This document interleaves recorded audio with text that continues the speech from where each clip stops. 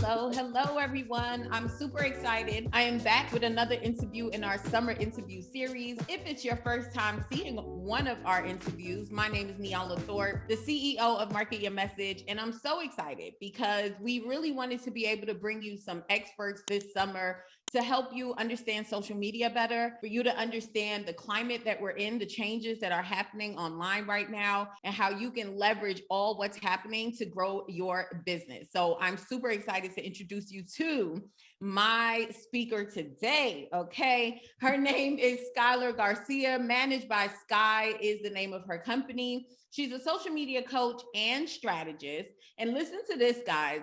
With over 235 TikTok followers, she's helped over 600 creators and businesses grow on social media. And that is amazing. That means that you are about to hear from somebody who knows what she's talking about. So make sure you tune in and make sure you subscribe to the channel, okay? All right, so Skye, how are you? I am good. How are you? I'm super excited to chat today, girl. I know. Okay, so I've been asking like all the our interviewees to do this, and I know I didn't give you a warning, but there's a good reason. So tell me, what's one word that you would describe yourself, and why would you choose that word? I would say tenacious. Actually, it was easier than I thought. But I would say tenacious. I think throughout my whole life, I'm just a go-getter, and in everything I did, whether it be sport, I think sports were a good foundation for me. My parents did me right. And they like definitely was always like wanted to be a captain. I always wanted to be a leader. And I think that just like as sports became less important and work became more important, I just kind of translate that into business, whether that be like me actually working at companies. Like I always wanted to be one of the best, and stuff. Like I wanted to be somebody that people could come to and stuff, which has its pros and cons. I'm sure too. Like definitely people take advantage at times. Yeah. But I was able to start my business, and I think even being surrounded by people my age or people in the industry, whatever it is, that is one thing that has set me apart from everybody in terms of like, because I got it done, and I think that's one thing, even with content creation or social media, like you just doing it, you're ahead of like a bit, like 95% of people. So many people want to do this, but actually doing and being tenacious about it, and honestly, like putting your blinders on and just doing, like, I think that that's really what's important. So like, not only am I learning that about myself, and that's what made me successful, I'm trying to teach people to do that too, and I think that that's really important. I love that, because I also believe that tenacity is something that is a characteristic that successful entrepreneurs have, and you have to develop that. And I also feel like something you said that's really important, which is like done is better than perfect. And the more you put yourself out there and take action and do is how you develop that muscle. That's what I like to say. It's like I love that. Yeah, it gets better and it gets better. And then next thing you know, you blink your eye and you're like, oh my goodness, I'm like this social media extraordinaire. And I didn't even know how it happened, So yeah, I love that. All right, so just tell us a little bit about your history. So how did you get into social media, helping people on social media? Yeah. So when I was, 12, I loved video editing. Like I was like this, I mean, I think we all were at that time, but like I want to be on YouTube, like and stuff. And like my dad actually is a producer. And so he like I was always surrounded by film, and stuff, and like in commercials and this and that. And so he was telling me like, if you ever want to start a YouTube channel, like you should start editing, and stuff. And I was like, okay. And so with my friends, like we do stupid dancing videos, like every 12-year-old did, and stuff, but I would edit the videos, and like, I would actually have ideas. Like I'd come to my friends and I'd be like, here's what we're doing today. And they're like, okay. And so that's kind of like how my passion for like creative, I guess, like, or like where I discovered my creativeness. And then past that, when I started getting older and just like getting jobs and things like that, when I graduated high school, I approached an acai bowl place here in Orange County. And I was like, hey, you have no social media, and like your bowls are so cute, like your place is cute and nobody knows about it. Like, I think we should start like with social media. And I just kind of had this general understanding, just growing up in the age of social media, of what should be posted and just seeing other companies on there. And so, I mean, I didn't have like any professional experience, but I was like, if you're willing to, like, I would love for you to like kind of take a chance on me. And they did. And I was just more than happy about it. And they also hired me for their coffee shop across the street. And then I got recommended to like yoga places. It was like all in like the same circle. It was a lot of just like word of mouth at the time. I really didn't even honestly think of it as a job at the time, because it's like I feel like social media managers weren't like a big buzzword at the time. I wasn't seeing it on social media. I was like, oh, I don't know, I post on social media for people, you know, and stuff. I'm like, that's my job. And so that was that. And then I wanted to go to school for film initially because I still love editing. I still love film and I think it's great. But then I was like, okay, I can learn a lot of that on YouTube nowadays. Like, and I honestly can be really specific with what I learn. I don't have to learn like movie editing. I never wanted to be a movie editor. I wanted to be like quick cut, like music videos or commercial editing, you know, and things like that. So I was like, if I ever want to learn that and like, you know, kind of feel that or fuel that passion, I could just go to YouTube, you know, and stuff. And so I decided to go to school for advertising. And just because I thought, I was like, okay, I want to know a little bit more about marketing, but I don't want to do the math. So I'll do advertising instead. So I did advertising. And then I actually, in my sophomore or junior year, I can't remember what year it was, but I ended up going and working a full-time job at an advertising agency for a year before COVID. And we actually worked through COVID too, like, because the thing is, like, people need marketing. I know it's like, it doesn't seem like a job that would have stayed afloat during that time, but people, in order to make money still, like, they still needed to make money. So our advertising agency was booming. Like, we were like, we ended up working with different clients. Like, we worked with a lot of sanitation companies because they were like, I don't know how to market. We've just been doing word of mouth. And I was like, we're like, here, come over here. We got you. This. Right. Yeah. And so basically I did that, and it was a small agency. I worked with like 15 people. And I basically I got really close with the owners. I still talk to them to this day. And I learned a lot about business there. Honestly, that was like I'm so grateful for it. It was exhausting. I was tired. I was going to school full time. I was, you know, working full time, but it was the best thing for me, because when I started my business, I feel like I understood like the hardships that were happening with the small business, like all that kind of stuff. And I had been doing social media on the side for now, at that point, 4 years, like for like multiple companies. And this was like just my full-time job. Like, and like, I don't know, it was just my actual thing I got every month kind of thing, my paid, you know, salary, everything. But then I still had those clients from when I started in the very beginning. So started my business on TikTok, because I was always anti-TikTok, funny enough, in the beginning. My sister's 12 years old. And so she was on it, and she was like, you know, like, this is so, I just saw her dancing all the time. And I was one of those that was like, this app is just like for kids, is like for the young people. I was like, I'm too old for this. And then all of a sudden I like started scrolling my own For You page. I'm like, this is kind of cool. And I was like, wait, we have something here. And I was like, it's funny that you say that, you know, with everything that you just said, one of the things that really stood out to me is like, when opportunity knocks, like, open the door, because it seems as though one after the other, you got an opportunity. You're like, I'm going to jump on it, and I'm going to jump on it. And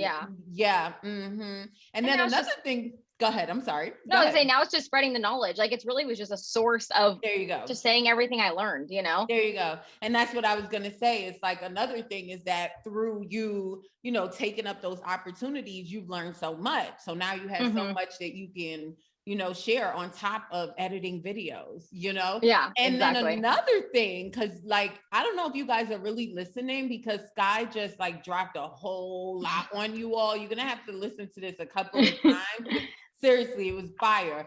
But one of the things you said is that, you know, a lot of businesses needed video. A lot of businesses needed social media. They needed this stuff, and they don't know how to do this. And it's so funny. I was just having this conversation. My daughter, she's in college, and her boyfriend is also in college. And I was just telling them, like, you guys, this is untapped skills, a skill set that people will always need. Like, before I got into business strategy, I was a business owner. So I was a salon owner. Okay. And that's where I got my experience in building businesses. And I said to my daughter yesterday, as a matter of fact, that even if, God forbid, something was to happen and we cannot run Market Your Message anymore, girl, I will put an ad out and have people in my chair tomorrow, okay? Making that money. It's skill sets. It is. That's what I've heard from you. Yeah. Okay. So, you know, we got to get into the social media. So let's talk to the people right now who they're like, listen, I got this business. I need to get out on social media. They're seeing a lot of conflicting information everywhere. Let's set it on fire in like 3 simple steps, what would someone do if they wanted to get started on TikTok right now? Right now, I would say find somebody in the office, depending obviously what the business is, find somebody in the office, or, you know, you need to face your fear of getting on camera. That's just the reality of it. You know, like I'm not going to sugarcoat it at all. You know, you need to get on camera. You can start doing trends in the beginning, whatever it is, but you need to get on camera, find somebody in the office that's willing to do it. And you need to do a hybrid of providing value from your product, of your service, whatever it is, talking videos. Again, you could have a spokesperson in the company. You tell them what to say, they say it, and then do trends. So do these like hybrid of both, and then do it for 30 days. Like I know 30 days is just the typical of like any challenge, right? You know, and stuff, but it really is just like 30 days is a good time if you're being consistent. Do it for 30 days. And then after that 30 days, see what worked for you. What are the topics that people wanted to see? Is it the like packaging the products that they wanted to see the most? Was it watching you do hair? Is that like, you know, like sometimes like, is it the ASMR version of doing the hair? You know, like try out these different versions. Like don't put yourself in a box like so early. And then you never have to be in a box. Like don't put yourself in the box, because I think people think like niche means box, or like, you know, I'm like, no, it doesn't. Like you have so many different formats you can try, you know, there. So I would just say, you know, again, find a person to create videos, create different types of videos in that 30 days in the beginning, and then optimize, and just you're going to keep going through that process. It's really never ending. You're constantly looking at what's working for you, and you have to adapt to it. Oh, and I love that, because I was watching someone this morning, and they were saying about like research I don't know the exact words, right? But in essence, what she was saying is that like, you don't have to research, you know who your clients are, you know what you do, like just get out there and do it.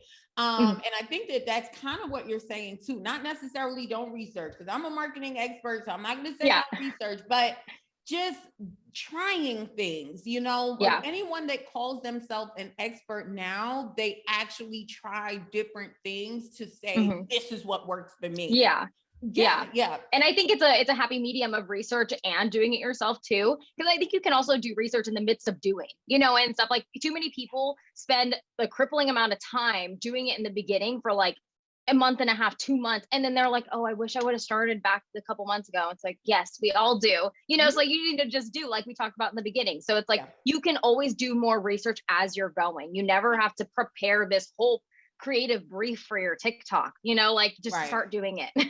Yep. And that's like one of the things that I always say, Skye, is like, don't let your process be your prison. Like, don't let it paralyze you to the point where I need everything. I need to know everything. I need to do everything before I get started. It's not that you don't research, just don't let the research stop you from actually taking it. Exactly. Yes. That's what it is. Yeah. Okay. So one of the things that people talk about a lot on social media is going viral. I can't stand hearing it anymore, because I think that that's another thing that keeps people scared and stuck and just going around in circles. So what is your take on the whole going viral online thing? Oh, it's definitely, I feel the same about you with that. It's definitely, okay. The thing is, it is just like, it's just exciting. It's really nothing more than that. Like, and that's, I think people like don't understand about virality. One, you don't need it, but two, when it happens, it's like, oh my gosh, it's so cool. And then you're on a high, and then what happens? You know, like, okay, like now, you know, like if you didn't get lots of leads from that, if it was just a random viral video, and I always like to explain it in this way, dog videos. Everybody loves dog videos, right? Like I feel like I would say 90% of the population would watch a dog video. That can go viral so easily. But what do you get from that?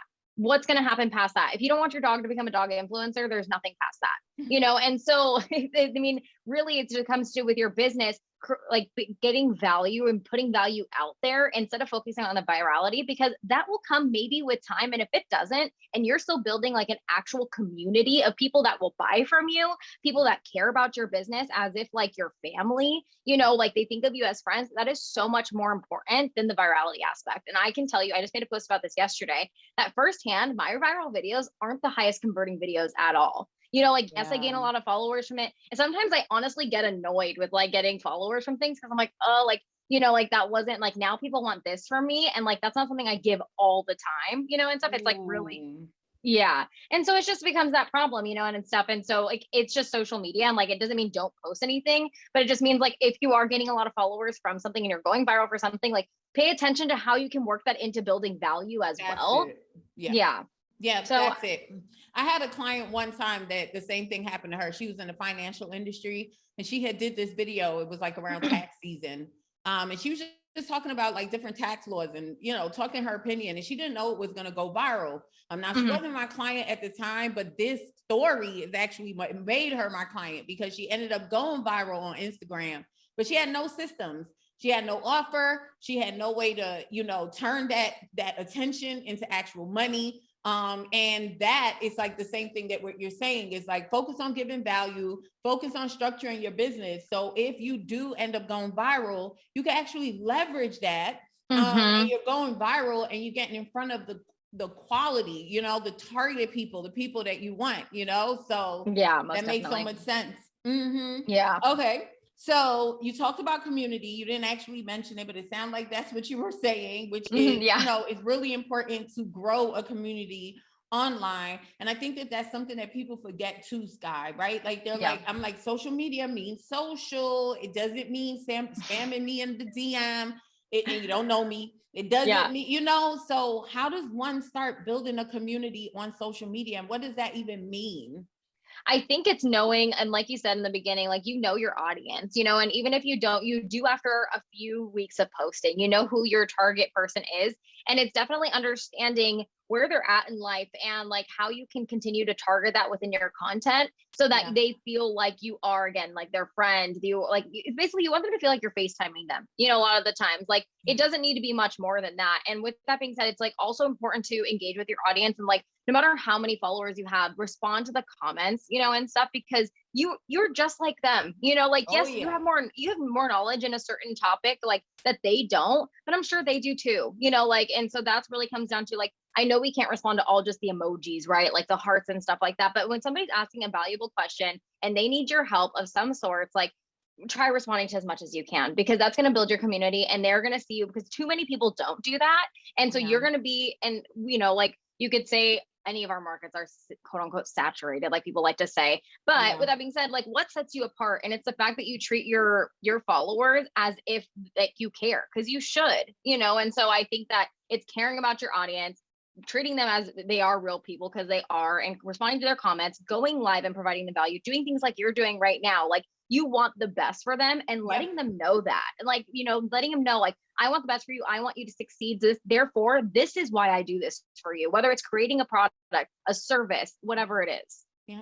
It's so like, first of all, I hope you guys are listening. Those of you who are not new to me, you already know why Skye is here. Okay. And you heard what she just said. And you also see what's behind me, because I absolutely believe that is one of the things that I stand on, which is putting people before profits. If you have a gift or a skill set or an experience, a way that you can help people, you should be focusing on that. And the rewards come from focusing on people. And I think that that's the whole idea of being social on social media. If you're looking at people like it's just a way to make money, then you're not really truly building relationships. And then people could sense that. And, you know, that's why you won't grow. Yeah, exactly. All right. So I cannot keep Skye too long. Okay. But Skye, just give me like, you know, what's the last tip that you feel everybody needs to know about growing their business on social media right now, especially with the changes that are coming? There's been a lot of, you know, talk about, you know, where the money is going, where these platforms are putting their attention, the recession, you know, how people are supposed to be positioning themselves right now. Like, let's talk about that. Yeah, I think, you know, it comes down to invest your time into things rather than your money, because, you know, with the economy going where it is, we want to be smart with what we're doing. You know, invest your time into yourself and your business by growing on organic social media platforms rather than doing ads and things like that at the moment. If you want to, you know, like you definitely can build a foundation for the future when things happen like that, or if you want to do things of that nature. In terms of people buying from you though, right? That's like, people get nervous, whether coaches, whatever service, you need to solve a pain for somebody, right? You need to solve a pain point. You need to speak to something that they're dealing with in their life. Whether that, you know, for me, it's like people that struggle with social media. That's something that in order for people to make more money, they need to perfect this like kind of industry. And so with that being said, you know, like I will be in business. People need to build businesses for you. So like, therefore they will need to hire you. So it's like, think about that pain point that you are solving for people and really emphasize upon that, because as long as you're you're solving a pain point, people will need your services. And whether it's emotional or it's strictly something that, you know, is money related, that's going to be important. And I think, you know, again, it's just important to also like not devalue your services or your offers just because of what's happening right now, because too many people are getting scared and they're thinking like, oh my gosh, like, I don't know what to do. I need to lower my prices. I need to do this. We're all going through it, you know, and stuff. And with that being said, like, you should not have to lower your services and make less money because what's happening in the world, you know, and stuff. Like, you have built this business, you have the knowledge to charge the prices that you are charging at this moment. There's no reason to go backwards, you know, and stuff. And so, you know, with that being said, last thing with TikTok, what you should be doing is just, I guess, coming back to the point, bring it full circle, is be tenacious about it. You know, like, I think honestly, putting those blinders on and just posting things that you know that is valuable, and, you know, speak to you 2 years ago when, you know, like when you were starting, or like when I was starting social media, I've learned so much just for myself by posting on TikTok for the last 2 years. I'm sure you have too. Speak to yourself 2 years ago. What would you wish you would have known? And speak to that person, because that's going to speak volumes, and it's going to come off as authentic, because it is. And that's when people want to hire authentic people, and people hire people, not services and stuff. And yeah. So I think it's just remembering all these key things that go into social media and business at the same time, and just making sure that you're not, you know, again, just like getting discouraged because of all the videos you see. And honestly, take a break from it. If you feel overwhelmed by the fact that like there's always things going on in the world, but if it's like overwhelming your social media, you need to take a break, because again, your service doesn't change because of what's happening. Yeah, definitely. Oh my goodness, so much gold here. Definitely. So let's talk about how people can stay in contact with you community wise. Yeah. So I am on TikTok, I'm on YouTube, on Instagram, all the platforms at Managed by Skye. I have courses available as well for anybody who is like, I don't know, not making money off social media at the moment, but they want to, not making as many sales as they want to. It's just a recorded course, that one is. And then I have a mentorship for anybody who is making money, but just wants some more scale on the platform, whether that be content creator, like influencers, or people who sell products, whatever it is, you know, in that case. So kind of just deciding what you want to do there. And then of course, if you just want some quick investment, there's TikTok audits I offer as well. So if you're like, I don't know why, this is the whole thing, if I don't know why anything isn't working, I can't figure it out, I'll figure it out for you. I do a whole screen record, and then I'm able to kind of audit your account and figure out what you should do next. Okay, that is great. So I'm going to make sure that I leave all that information below, guys. And just to wrap this up for you, remember, it is your job as a CEO to be tenacious in your business, okay?